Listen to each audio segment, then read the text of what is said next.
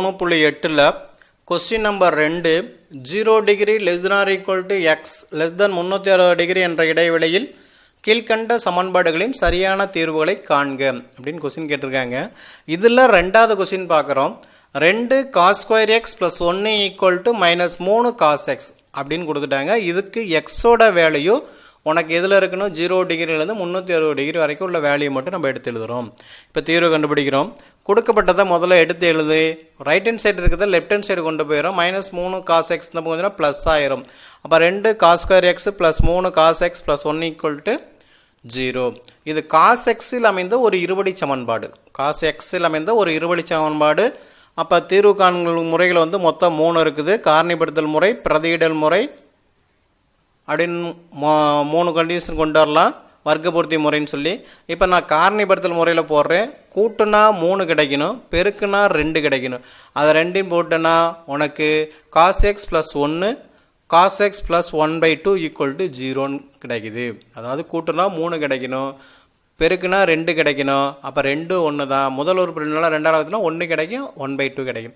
இப்போ 2 டைம் பெருக்கிட்டு இருக்குது equal to 0 அப்படின்னா ஃபஸ்ட்டு டைம் ஈக்குவல் டு 0ன்னு சொல்லலாம். அப்படி இல்லைனா அடுத்த டைம் ஈக்குவல் டு 0ன்னு சொல்லலாம். இப்போ first time cos x plus 1 equal to 0ன்னு எடுத்துக்கிறோம். அப்போ இந்த ப்ளஸ் 1 அந்த பக்கம் போச்சுன்னா cos x ஈக்குவல் டு -1.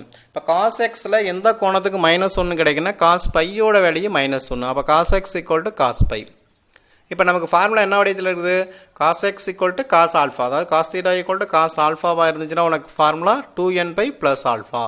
அப்போ 2n பை ப்ளஸ் ஆல்ஃபா இருக்க இடத்துல பை இருக்கிறனால plus or minus 5, n belongs to z.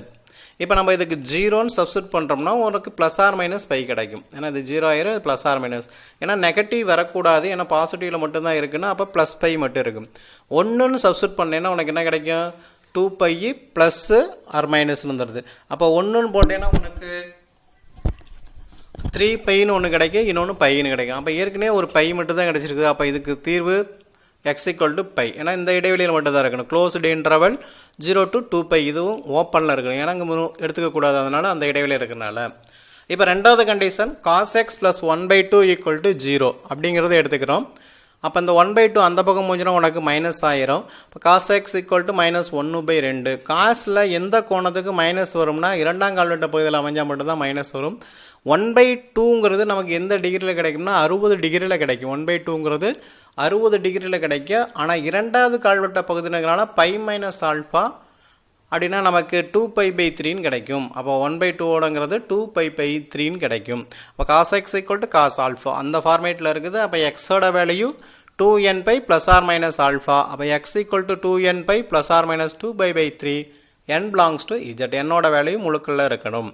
இப்போ நீ 0ன்னு சப்ஸ்டிட் பண்ணேன்னா உனக்கு 2π/3 ப்ளஸ் ஆர் மைனஸில் இருக்கும். ஒன்லி பாசிட்டிவ் வேல்யூ மட்டும் தான் எடுத்துக்க முடியும். ஏன்னா அது இங்கே நம்ம கொடுக்கப்பட்டது பாசிட்டிவ் மட்டும் தான் எடுத்துக்காங்க, அதனால் நெகட்டிவ் வேல்யூ எடுத்துக்க முடியாது.